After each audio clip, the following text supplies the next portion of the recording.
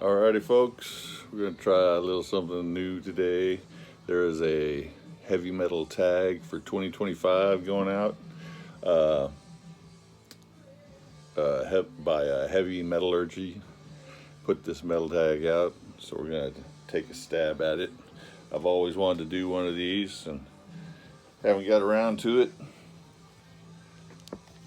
so figured now is a good time to start. So they got 20 questions here, and we're just going to try and plow through them and see if I can do it without screwing it up. First up, name a release you're eagerly anticipating in 2025, and that would be Owlbear Feather and Claw. I already have it pre-ordered. This is their first album, Owlbear Chaos of the Realm. When I first heard this album here, I didn't I probably only listened to a song or two, and it really didn't click with me. And then I think it was Pete Pardo was talking about Owlbear, and they were raving about it, so I was like, well, let me go back and check it out again and see. And I don't know what it was, but immediately when I started listening to it, I was like, oh my god, this is killer. So I went and ordered this album, and it is killer, which is why I'm eagerly anticipating their new one coming out March maybe. Feather and Claw by Owlbear. Then show the 25th item.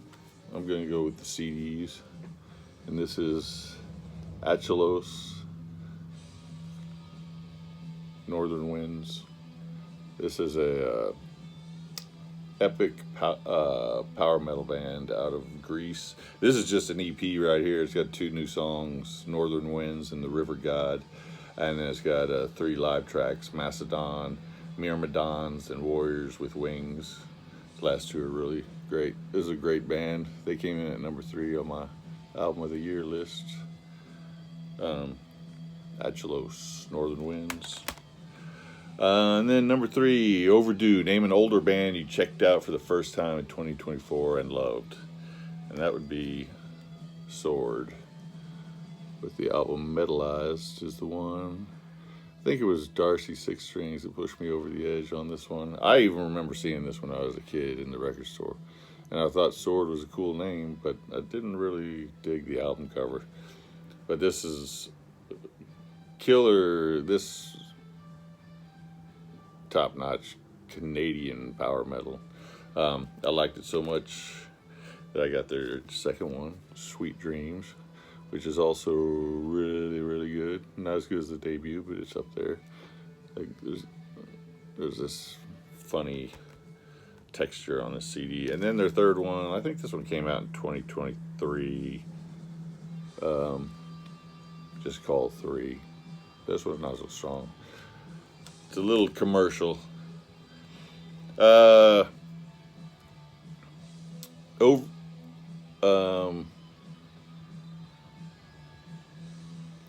Feeding the Monkey. How do you purchase your music? That's what it's throwing me off, because this isn't a CD question. It says, how do you purchase most of your music? I do 99% of my purchases online.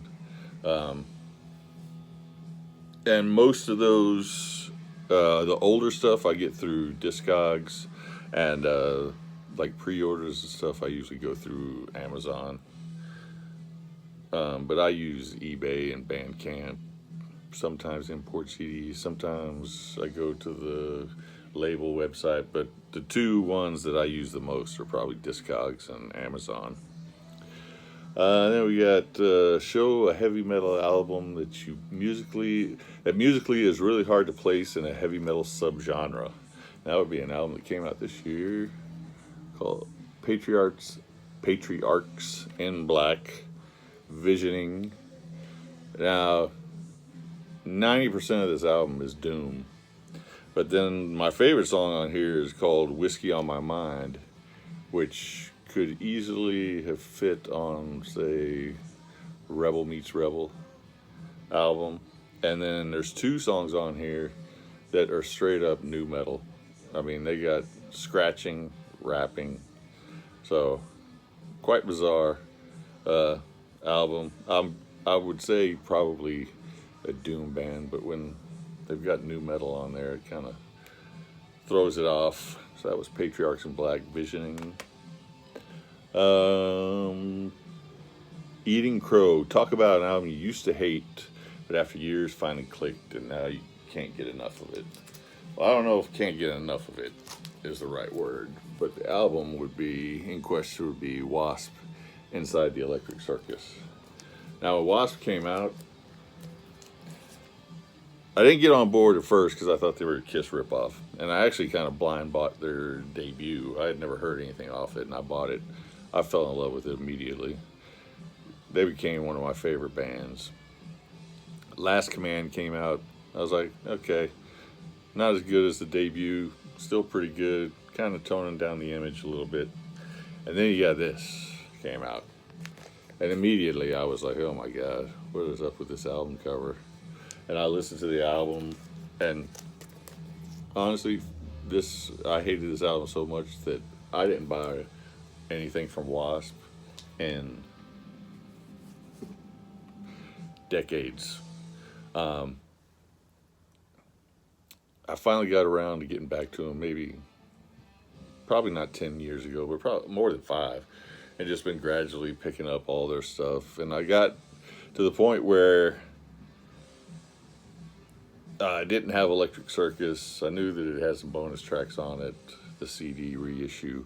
I've heard people always talk about what a great album it is. I was always trashing it.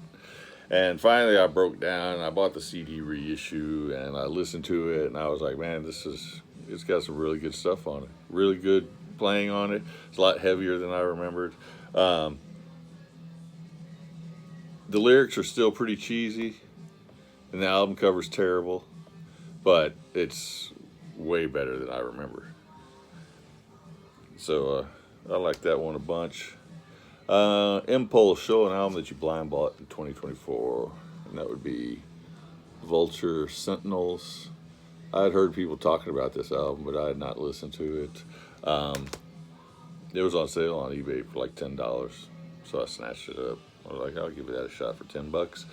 Really good, really solid album. The band is killer. The vocals may take some getting used to for some people. They're very much vocally is really a lot like Raven meets Exodus, early Exodus. But it's a really good album. Solid speed thrash band. Let's see. Collector Scum. Show a title that you own one or more pressing of on the same format. I chose the great Typo Negative and the album, their last album, Dead Again. This one on my that I'm holding in my right hand has is the DVD version, and then this one is the bonus CD version. If you guys for some reason stopped listening to Typo Negative along the way, you need to check this album out. Dead Again may be my favorite Typo Negative album, even over Bloody Kisses. Let's see here. Show off a grail, something you really wanted and acquired in 2024. I don't know if I have a whole lot of grails, but I was looking for this one for a couple of years. This is the Conan the Barbarian. It's the 3 CD set. It's got the complete score with extras, and then the original soundtrack. The reason I never got this one is because it was always really expensive. I mean, this one was pricey, but I think it was half the price of what most of them were going for. So even though it was more than I wanted to spend, when I saw it, I was like, you're probably never going to see a lower price than that. So I grabbed it. A plea to the VCLT gods. What is a grail item that you are on the hunt for? That would be Spartan Warrior Steel and Chains from 1983, the textured vinyl. It's very pricey. I think the cheap ones start off at about $180. A Boomerang album, an album that no matter how many times you purge it from your collection, it keeps showing up. That would be none. I've never, every album that I've ever had, I still own. Even if one got damaged, I would just buy it again. I still have the Village People album that my grandmother bought me when I was like 8 years old, because she forgot that I liked Kiss and thought that I liked Village People, but that was my younger brother. But I still have it.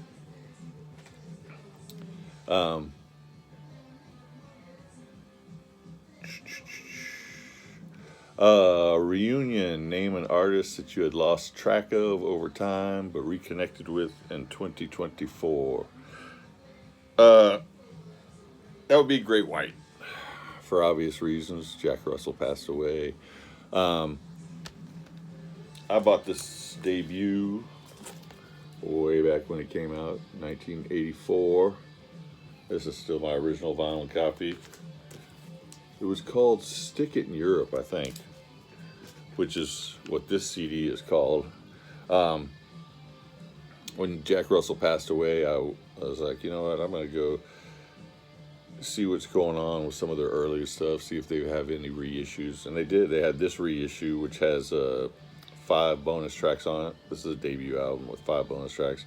It's got Down at the Doctor, Train to Nowhere, The Hunter, Red House, and Rock and Roll. And then I also grabbed this one. And by the way, this is a great album. I had not listened to this album since the 80s. You know, I probably got off the hair metal wagon in the late 80s, 87, around there. It's conceivable that I haven't listened to that album since 1987. But I did play it a lot back in the day. I saw this one, I grabbed it, and then I saw this one too, which was called Recovery Live Plus On Your Knees, which it has the EP on it, which is called On Your Knees, and then it has a couple of live discs on it. So it's all early stuff. I'm still not a big fan of their later. This is the only Great White album I have, besides those 2 CDs that I just showed you. They kind of went in a different direction. Got popular, but it wasn't the Great White that I was jamming to in 1984, so I didn't really have any time for it. But rip Jack Russell. Made me go back and check that album out, and it still stands up. It's a really, really good album. A lot heavier than, if you've never heard it, it's a lot heavier than the more popular Great White. Let's see, where are we at here? Upstart, name of new band whose debut really impressed you. That would be Jupiter Cyclops, Age of the Euphanaut. That album did come out this year. This is like stoner metal, stoner rock, desert rock, but really killer guitar playing. The album's called Age of the Euphanaut. Came in at number 4 on my list. Pretty high for a debut by a band I'd never heard of before purchasing it.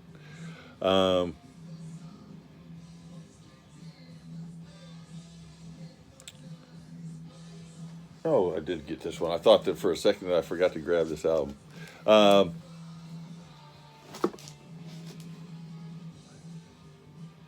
Name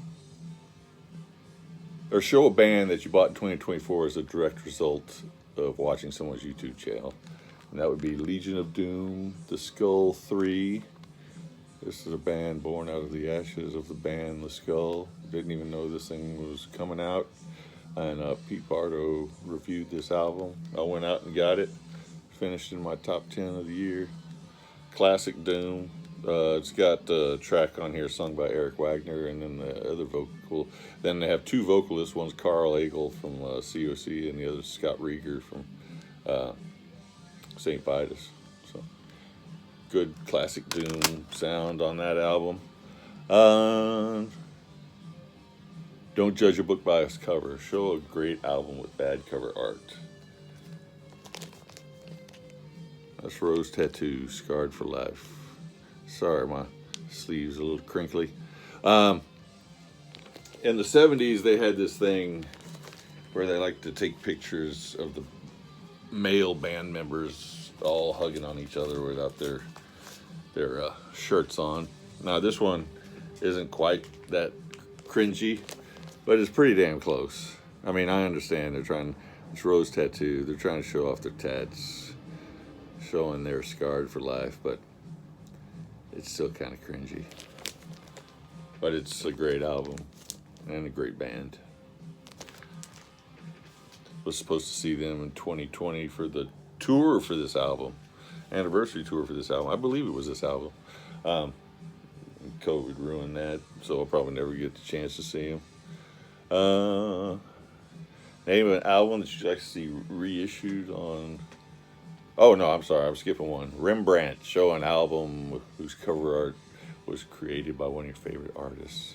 I wanted to pull out my vinyl copy of this one, Nazareth, Hair of the Dog, by Storm Thorgerson.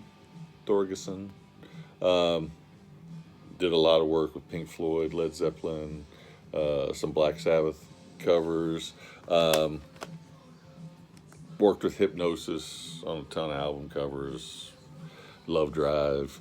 But unfortunately, my vinyl copy was a little worse for wear than I remember it being. So I figured I'd just grab the CD copy. Nazareth, Hair of the Dog. Name an album you would like to see reissued on CD or vinyl. I went with Badlands debut because it's never going to happen. There's lots of litigation around Ray Gillen, so this will never happen. If you've never heard this album, check it out. It's got Ray Gillen, Eric Singer on drums, Jakey Lee on guitar. Great album, great band. Left us too soon. Name an album from a genre that you typically do not listen to much. I went with an album that is from one of my favorite albums from a non-metal. It may be my favorite non-metal album. That's Adam and the Ants, Kings of the Wild Frontier. That's a great album. New wave, new romantics, whatever you want to call it. He even toured this album anniversary 2019 maybe it was, and I even went and saw it as they played the whole album in its entirety. It was still love that album. What band do you hope to see live in 2025? And that would be the band who had my number one album of the year, Crypt Sermon, the Stygian Rose. Philly Doom band. There's another Philly Doom band called Heavy Temple that made it to Dallas. So I know Crypt Sermon that you can make it to Dallas or Fort Worth, which would be even closer. But I would love to see them on tour. And then the final question, thankfully, in closing, tell your viewers about 2 new YouTube channels I discovered in 2024. And one of those would be Metal Downunder, and the other would be Metal Marty Mac. Both of them seem like great guys. I do not know them, but I've watched several of their videos, and they seem like great guys, so check those guys out if you haven't checked them. Metal Downunder just hit 500 subscribers, and Metal Marty Mac he's closing in on 1,200 if I remember correctly. Alrighty, folks, that's Heavy Metallurgy's, what do they call it? I almost made it out of here unscathed, but I had to fuck it up again. Heavy Metallurgy, the heavy metal tag for 2025. Alrighty, you guys have a good one.